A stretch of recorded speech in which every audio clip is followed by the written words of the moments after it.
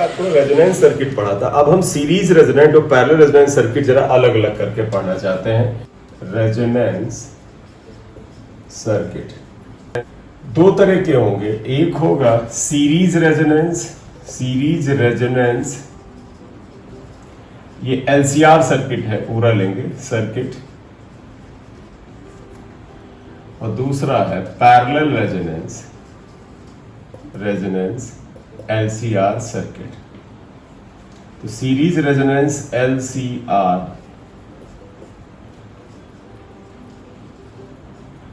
और parallel resonance. हम शुरुआत निश्चित रूप से सीरीज रेजोनेंस सर्किट से करेंगे। सीरीज रेजोनेंस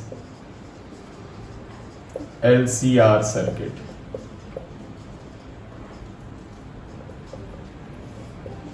अगर मैं सिंपली ऐसे डायग्राम बनाऊं तो सीरीज रेजोनेंस एलसीआर क्या होगा? एल ये होगा बेटा इंडक्टर, एक सी कैपेसिटर सीरीज में होगा, एक रेजिस्टेंस इसके साथ सीरीज में होगा।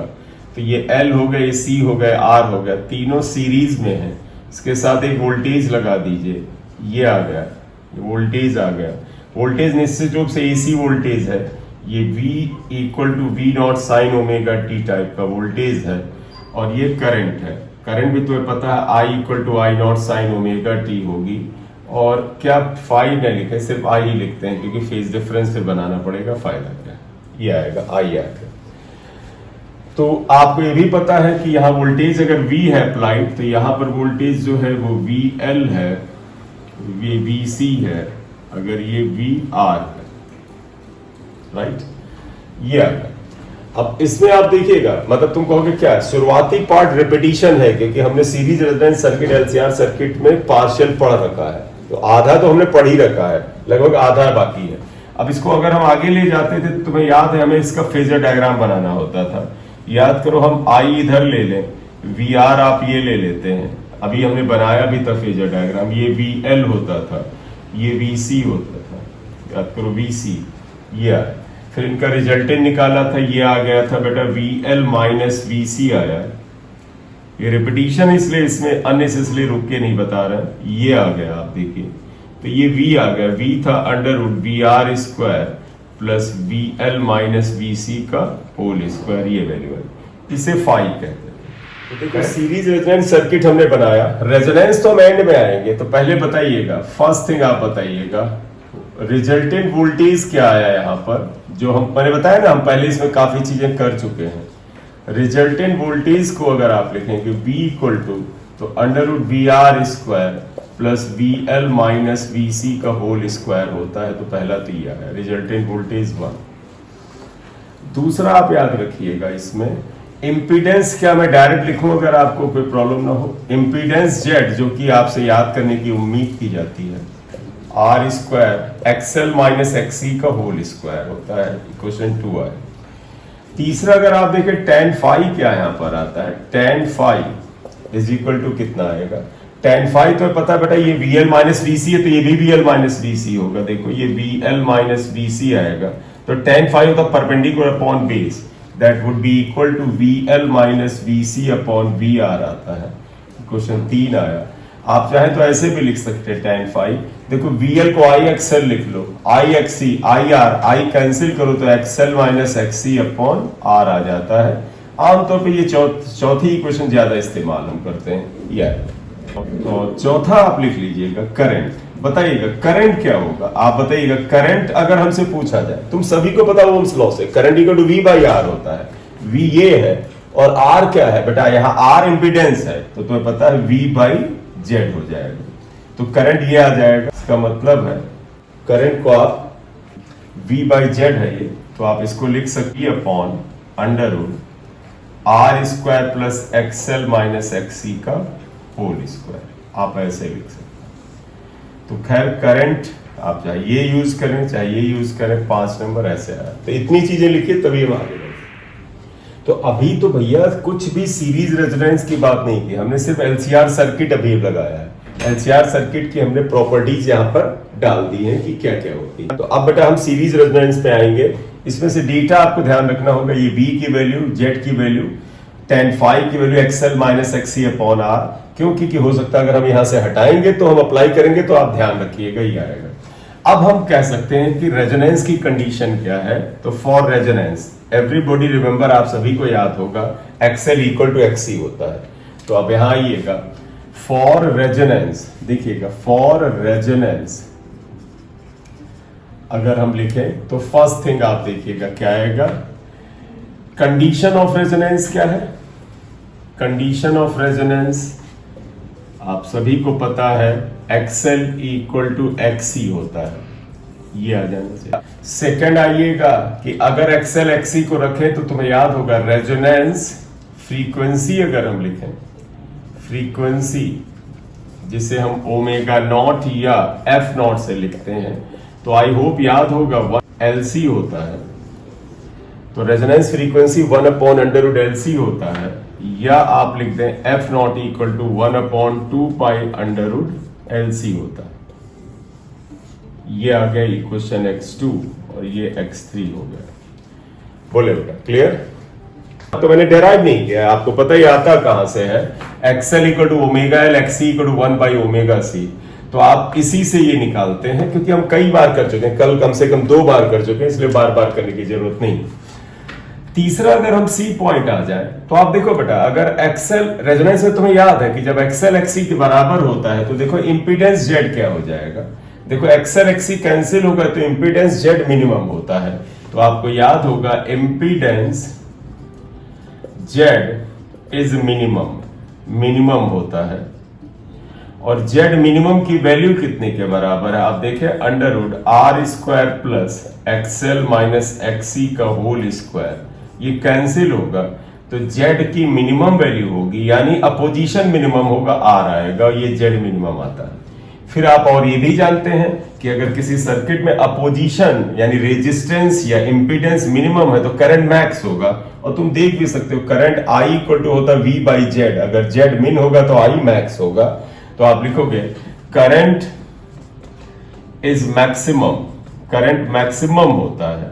तो अगर आप इसको देखो I max is equal to V upon Z min होता है, यह आएगा, और V अपॉन Z R है तो करंट मैक्स होता है V बाई R। तो इसका मतलब I मैक्स होगा V बाई R के बराबर होगा, और यही peak value of current I not होगा, यानी मैक्सिमम वैल्यू के बराबर होगा। और वोल्टेज क्या हो जाएगा जरा ध्यान रखिएगा, अगर XL इक्वल टू XC होता है तो तुम्हें पता VL इक्वल टू VC होगा, कैंसिल होगा, तो वोल्टेज इक्वल टू सिर्फ VR आएगा। तो इक्वेशन 1 में हमें हटा लेंगे। तो आगे अगला D पॉइंट के बाद अगर एक पॉइंट नंबर E ले लें,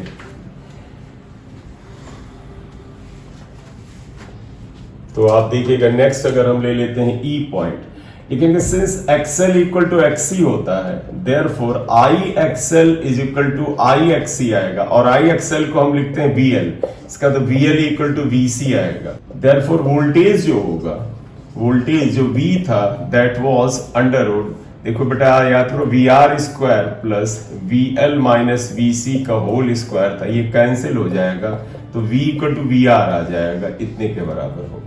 और तुम अगर गौर से देखो VR होगा क्या, मतलब V इक्वल टू VR और VR इक्वल टू होता IR के बराबर होगा। सर तुम अब कहोगे कि सर तुम्हारे मन में ये बात आएगी कि सर AC सर्किट है, R की जगह इंपीडेंस लिखते हैं, बिल्कुल सही है, लेकिन इंपीडेंस R के बराबर हो चुका है। तो देखो V इक्वल टू IZ होता है और Z is actually R। Clear?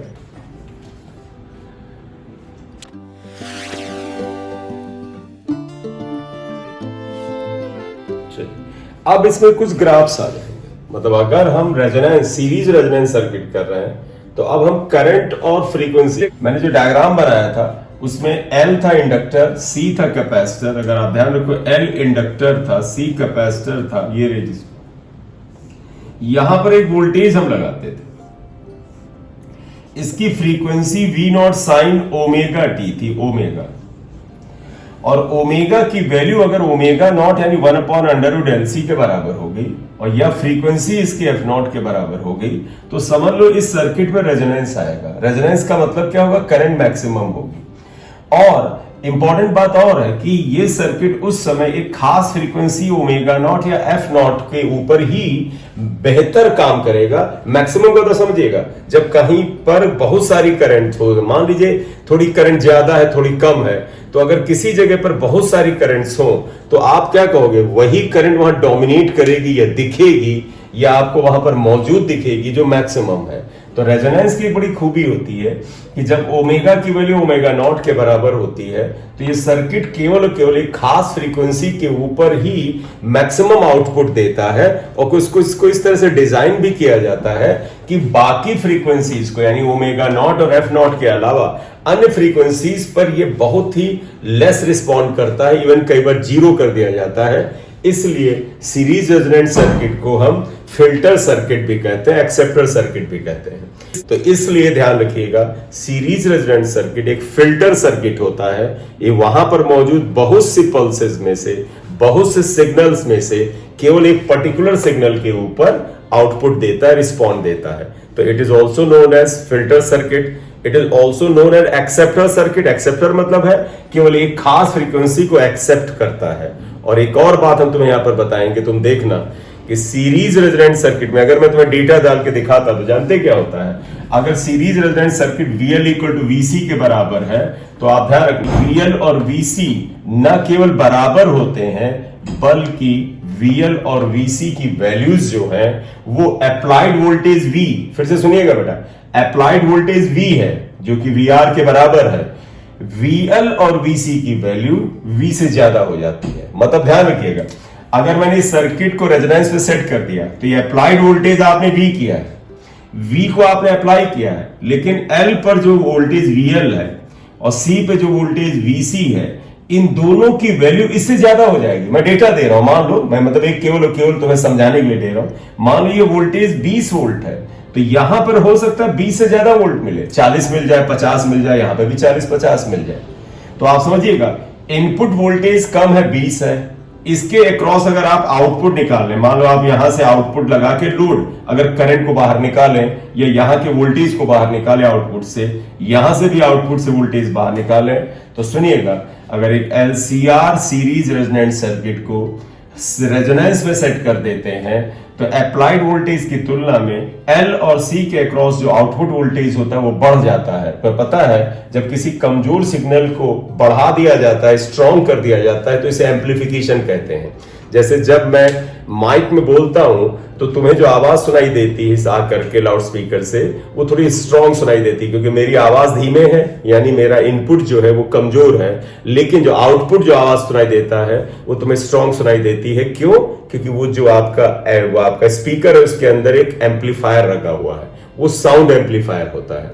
तो एम्पलीफिकेशन का मतलब ही होता है converting weak signal into strong signal. तो अगर वीक इनपुट वोल्टेज को L और C पर स्ट्रॉन्ग आउटपुट वोल्टेज में कन्वर्ट कर दिया जाए तो इसका मतलब सीरीज रेजोनेंट सर्किट को वोल्टेज रेजोनेंस या वोल्टेज एम्पलीफिकेशन सर्किट भी बोला जाता है। बोले क्लियर ये बात? मैं ये बातें कलेक्ट कर लेता हूं, अगर बहुत सारी आपको लग रही तो बहुत सारी नहीं है। तुम क्या कहोगे? Sir series resonant circuit is also known as filter circuit. ये खास तरह के सिग्नल्स को फिल्टर करके जाने देता है, छन्ना करके ना, जैसे आप चाय छानते हैं तो वो क्या करता है, आपका जो फिल्टर है वो छन्नी है, वो सभी अन्य मटेरियल को रोक देता है, केवल लिक्विड फॉर्म में जो चाय वगैरह है उसको जाने देता है। वैसे ही ये फिल्टर सर्किट होता है, कुछ खास फ्रीक्वेंसीज को जाने देता है, बाकी सिग्नल को रोक देता है। दूसरा एक्सेप्टर सर्किट। क्यों एक्सेप्टर? खास फ्रीक्वेंसीज को एक्सेप्ट करता है। तीसरा voltage resonant circuit. Why? Because अगर XL XC के बराबर होता है तो VL VC के बराबर होता है, और आप इसमें कोई डेटा, कोई न्यूमेरिकल कोई तुम्हें दिखे उसे तुम चेक करके देखना, अप्लाइड वोल्टेज की तुलना में VL और VC पर वोल्टेज बढ़ जाता है, इसलिए वोल्टेज एम्पलीफिकेशन होता है। इसलिए हम इसे वोल्टेज एम्पलीफिकेशन या वोल्टेज रेजोनेंट सर्किट कहते हैं। बोले क्लियर? अब अगला हमारा पॉइंट होगा, ये E था, अगला पॉइंट हमारा F है। F पॉइंट में हम जानते क्या लेने जा रहे हैं हम बेटा, Y एक्सिस पे करंट I ले रहे हैं जो LCR सर्किट में बह रही है, और इधर की ओर हम फ्रीक्वेंसी एफ या ओमेगा ले रहे हैं। बेटा तुम्हें पता है एफ और ओमेगा में कोई भी फर्क नहीं है, बस omega equal to 2 pi F होता है, तो ओमेगा एफ डायरेक्टली प्रोपोर्शनल होता है, यानी इन दोनों के ग्राफ एक जैसे जाएंगे, बस वैल्यूज में इतने गुने का फर्क होता है, तो इसलिए ओमेगा एफ दोनों ले रहे हैं। अब बात समझिएगा, अगर आपने जो ऑल्टरनेटिंग सोर्स लिया एलसीआर सर्किट लिया है, एल है उसमें, सी है, आर है, आप जो वोल्टेज अप्लाई करते हैं बेटा V not sine omega T, हम एक्सपेरिमेंट में अप्लाइड वोल्टेज की फ्रीक्वेंसी को बदलें तो ये देखा गया है कि जैसे जैसे फ्रीक्वेंसी बढ़ती है करंट बढ़ती है, और फिर एक खास वैल्यू पे करंट, एक खास फ्रीक्वेंसी पे करंट मैक्सिमम होती है और फिर ये घटने लगती है। तो पता है जिस फ्रीक्वेंसी पे करंट मैक्सिमम होती है उस फ्रीक्वेंसी को हम रेजोनेंस फ्रीक्वेंसी कहते हैं। देखो यहां आई मैक्स है, क्योंकि रेजोनेंस फ्रीक्वेंसी पे आई जो था मैक्स था, और इस फ्रीक्वेंसी पे जहां पर आई मैक्स होता है उस जगह पर इस फ्रीक्वेंसी को ओमेगा नॉट या एफ नॉट कहते हैं। तो अगर रेजोनेंस सर्किट के लिए, सीरीज रेजोनेंस सर्किट के लिए करंट आई और फ्रीक्वेंसी में ग्राफ प्लॉट किया जाए, कुछ बेल शेप आएगा, initially increases becomes maximum for a particular frequency जो अप्लाई की जाती है, और उसके बाद फ्रीक्वेंसी अगर बढ़ाओ तो करंट घटने लगती है। अच्छा, एग्जाम में या पेपर में या किसी जगह पर ऑप्शन में कोई जरूरी नहीं, देखो ये जो शेप जाता है काफी बेल शेप जाता है, तो कई बार ये डायग्राम इतना बेल शेप नहीं बनाते हैं, या आप अपने साइड में लिखना चाहें तो बना भी सकते हैं। सेम डायग्राम बना रहा हूं, थोड़ा सा फर्क इसलिए आ रहा क्योंकि डायग्राम का कुछ हिस्सा बना रहा होता हूं, तो ध्यान रखिएगा। कई बार ये आंसर ऐसे दे देते हैं, ये मतलब इनका मतलब देखो भाई इधर का हिस्सा नहीं बना, ये वाला हिस्सा था, देखो हमने ये बनाया था, इन्होंने ये कट कर दिया, इन्होंने आगे का हिस्सा ये कट कर दिया, ऐसे बना दिया। तो ऐसे भी बने तो इसी चीज को रिप्रेजेंट कर रहा है, ये एफ नॉट या ओमेगा नॉट है, और यहां पर आई क्या है, मैक्स है। तो दोनों चीजें एक ही बात है बेटा, है ना। चलिए तो आप देखिएगा ये क्या बताता, सीरीज रेजोनेंस में करंट पहले बढ़ती है, एक खास फ्रीक्वेंसी पे मैक्सिमम होती है, फिर घटती है। तो अगर अब अगला ग्राफ हम यहां पर, ये एफ पॉइंट था, ये भी सी डी एफ पॉइंट था, जी अब पॉइंट ले लेते हैं, जी देखिएगा अगला पॉइंट में इंपीडेंस में ले रहा हूं, इंपीडेंस जेड में ले रहा हूं, और यहां पर मैं ले रहा हूं एफ या ओमेगा। तो बताओ बेटा, इंपीडेंस तो करंट का रेसिप्रोकल है ना, रेजिस्टेंस ही तो होता है इंपीडेंस एक तरह से। तो अगर आप देखो करंट का ग्राफ ये आया था कि शुरुआत में ओमेगा के साथ या एफ के साथ करंट बढ़ती है फिर घटती है, तो इसका तो उल्टा होगा। तुम कहोगे जब एफ और ओमेगा बढ़ेगा तो इंपीडेंस पहले घटेगा और फिर बढ़ ऐसे जाएगा। तो यानी जिस जगह पर इंपीडेंस की वैल्यू जीरो नहीं होगी, यहां पर इंपीडेंस की वैल्यू जेड मिनिमम आएगी। तो देखो जिस जगह पर जेड मिनिमम होगा ओमेगा नॉट एफ नॉट होगा। तो देखो ओमेगा नॉट एफ नॉट पर आई मैक्स था लेकिन जेड मिन था, और ये आर के बराबर हम निकाल चुके हैं, ये इतना है। बोले क्लियर, ठीक बेटा। अब एक टर्म तुम्हारे लिए यहां पर डाल देते हैं, एच हम यहां पर एक वर्ड डालते हैं एडमिटेंस। एडमिटेंस, एडमिटेंस को हम वाई से लिखते हैं। ये जानते क्या होता है, it is reciprocal of impedance, impedance का रेसिप्रोकल होता है। जैसे याद करो, मैं तुम्हें कुछ प्रीवियस नॉलेज पे ले जाता हूं, तुम याद करो इलेक्ट्रिक रेजिस्टेंस आर होता था, उसका रेसिप्रोकल होता था कंडक्टेंस, इलेक्ट्रिक कंडक्टेंस एस से लिखते थे।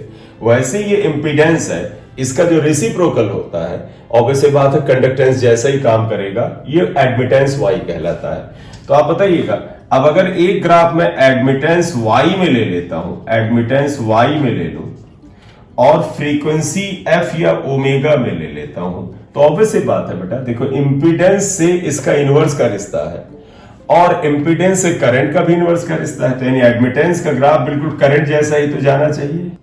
यहां पर ओमेगा नॉट या एफ नॉट आएगा, ये हो जाएगा आई मैक्स, आई मैक्स क्यों, वाई मैक्स, वाई मैक्स है।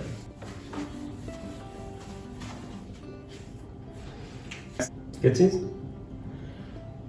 1/z होगा, क्योंकि वाई मैक्स होगा 1/z min, Y max equal to 1/z min, और z min r हो जाएगा, 1/r हो जाएगा। चलिए ये हमने इतना कर लिया, ये इतना है। अब एक काम और कर सकते हैं, एक ग्राफ प्रीवियस नॉलेज पर है, आप ये सारा मिटा दो। चलो अगला ग्राफ जो मैं ले रहा हूं, नेक्स्ट ग्राफ है, वो ऐसा नहीं कि कोई कभी GHS तक आया था ना, अगला ग्राफ आई ले लेते हैं। आप देखिएगा ये पॉइंट में मैं ऐसा करता हूं, इधर मैं एक्सेल एंड एक्सी दोनों ले रहा हूं। तो ध्यान रखिएगा, अगर हम एक्सेल और एक्सी दोनों ले रहे हैं और इधर फ्रीक्वेंसी ओमेगा ले रहे हैं, तो आप जरा ध्यान से समझिएगा। देखो अगर हम एक्सेल और एफ में पहला ग्राफ खींचे और फिर एक्सी और एफ में खींच लेंगे, तुमने अभी पढ़ा था याद हो, XL equal to omega L होता है, इसका मतलब XL equal to 2 pi F L होता है।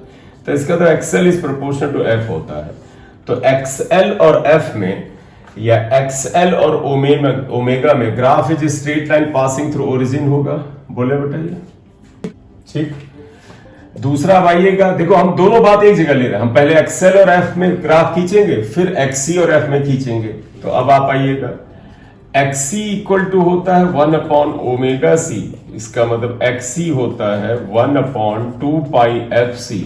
और ये खींच चुके हैं हम लोग ग्राफ, एक्सी में और एफ में इनवर्स का रिश्ता है, और एक्सी और अगर ओमेगा में भी देखें इनवर्स का रिश्ता है। तो तुम्हें याद है ये ग्राफ रेक्टेंगुलर हाइपरबोला होता है, ये ऐसे कुछ आता है। ये एक्सेल के लिए ग्राफ है, ध्यान रखिएगा, ये एक्सी के लिए ग्राफ है, ध्यान रखिएगा। अब एक चीज समझिएगा, इस ग्राफ में देखो बेटा, एक्सेल और एक्सी, देखो इधर हमने एक्सेल और एक्सी दोनों लिया है, इन दोनों की वैल्यू सेम यहां पर है। यहां पर देखिए इस ग्राफ में, यहां पर एक्सेल इक्वल टू एक्सी है, और जिस फ्रीक्वेंसी पे ये होगा वो रेजोनेंस फ्रीक्वेंसी होगी ना, इसे आप एफ नॉट या ओमेगा नॉट। इसी ग्राफ को हम ऐसा करते हैं, अलग अलग खींचते हैं, जरा ध्यान रखिएगा। इस ग्राफ को मैं अलग अलग खींच रहा हूं, मतलब हमने अभी लिया था एक्सेल एक्सी एक साथ, मैंने पहले क्वाड्रेंट में ले लिया, अब मैं इसको अलग अलग खींच रहा हूं। देखो इधर एफ ले रहे हैं या ओमेगा ले रहे हैं, इधर हम एक्सेल ले रहे हैं, देखो इधर हम एक्सएल ले रहे हैं, एक्सएल, और एक्सी को मैं इधर नीचे ले लेता हूं, एक्सी हमने इधर ले लिया, क्योंकि मुझे लगा कि दो अलग देश हैं, इनसे अलग अलग बातचीत करनी चाहिए, कुछ नया नहीं कर रहा हूं। देखो बेटा एक्सेल और एफ में ग्राफ स्ट्रेट लाइन है, ये ऐसे जाएगा, ये वही वाला ग्राफ है, और एक्सी और एफ में ग्राफ क्या था, रेक्टेंगल हाइपरबोला था, ये जाएगा।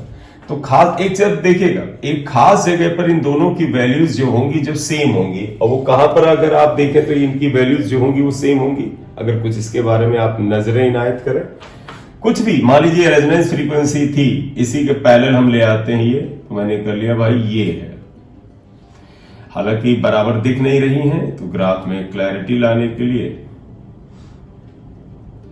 ये देखो, ये वैल्यू और ये वैल्यू ठीक एक बराबर लगभग लग रही है, तो ग्राफ को भी मैं ऐसे ले आऊंगा।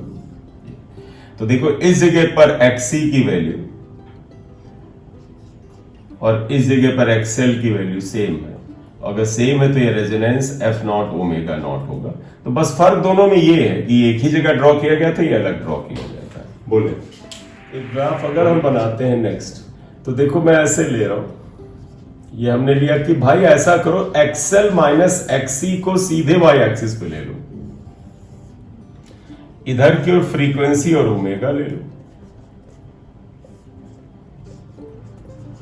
ये अब आप जरा ध्यान से देखिए इधर चीजों को, देखिए आप ध्यान दीजिएगा जरा सा, ये ग्राफ क्या बताता है, ये एक्सेल माइनस एक्सी है, यानी ऊपर की तरफ जाएंगे एक्सेल माइनस एक्सी की वैल्यू पॉजिटिव होगी, यहां पर एक्सेल माइनस एक्सी की वैल्यू 0 होगी, और नीचे की तरफ जाएंगे तो एक्सेल माइनस एक्सी की वैल्यू नेगेटिव होगी। खुद देखो बेटा, अगर एक्सेल माइनस एक्सी पॉजिटिव है, इसका मतलब XL is greater than XC आएगा, और अगर एक्सेल माइनस एक्सी नेगेटिव है तो ये तभी हो सकता है जब एक्सी की वैल्यू बड़ी हो। तो इसका मतलब है ये अगर नेगेटिव होगा तो नीचे की तरफ जाएगा, उस स्थिति में एक्सी जो होगा वो इस डायरेक्ट बड़ा होगा, किससे, एक्सेल से, तो यानी एक्सी का डायग्राम इधर जाने वाला है। तो चलिए एक चीज बताइएगा, एक्सेल माइनस एक्सी की वैल्यू 0 होती है, तो तुम कहोगे इस एक्सिस में एक्सेल माइनस एक्सी इस जगह पे 0 है, जिस फ्रीक्वेंसी पे 0 होगा उसे हम चाहें तो एफ नॉट लिख सकते हैं, ये एफ नॉट हो गया, एफ नॉट या ओमेगा नॉट। यहां देखो एक्सेल माइनस एक्सी की वैल्यू 0 है। इसके बाद अगर ग्राफ का ये पोर्शन लें तो ये स्ट्रेट लाइन जाएगा, और इस साइड अगर ग्राफ लें तो ये कुछ ऐसे जाएगा, तो ये ग्राफ ऐसे जाएगा। रीजन है समझिएगा, क्योंकि ये पोर्शन नेगेटिव, इसका मतलब एक्सी डोमिनेंट है। एक्सी अगर डोमिनेंट होगा तो एक्सी का ग्राफ का ट्रेंड आएगा जो कि रेक्टेंगुलर हाइपरबोला था। ऊपर की तरफ पॉजिटिव, इसका मतलब एक्सेल डोमिनेंट है, और एक्सेल डोमिनेंट है यानी कि एक्सेल का ग्राफ स्ट्रेट लाइन जैसा आएगा। यहां पर लिखना हो तो लिख दो Excel equal to XC.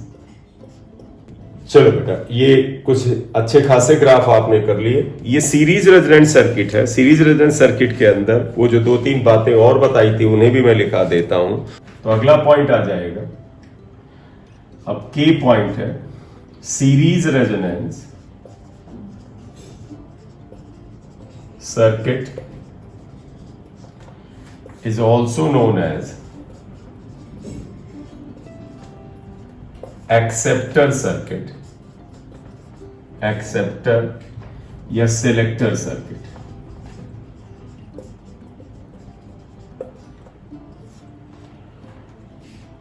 Next आ जाइए, it is also known as filter circuit, क्योंकि ये कुछ सिग्नल्स को फिल्टर कर लेता है, फिल्टर सर्किट। और सबसे इंपॉर्टेंट है, it is known as voltage, voltage बेटा रेजोनेंस या वोल्टेज एम्प्लीफिकेशन, एम्प्लीफिकेशन सर्किट। इसे वोल्टेज रेजोनेंस या वोल्टेज एम्प्लीफिकेशन सर्किट भी बोलते हैं। ये ध्यान रखना, इसकी हमें आवश्यकता भी रहती है। इतना जल्दी से लिख लीजिएगा बेटा, फिर चलते हैं आगे।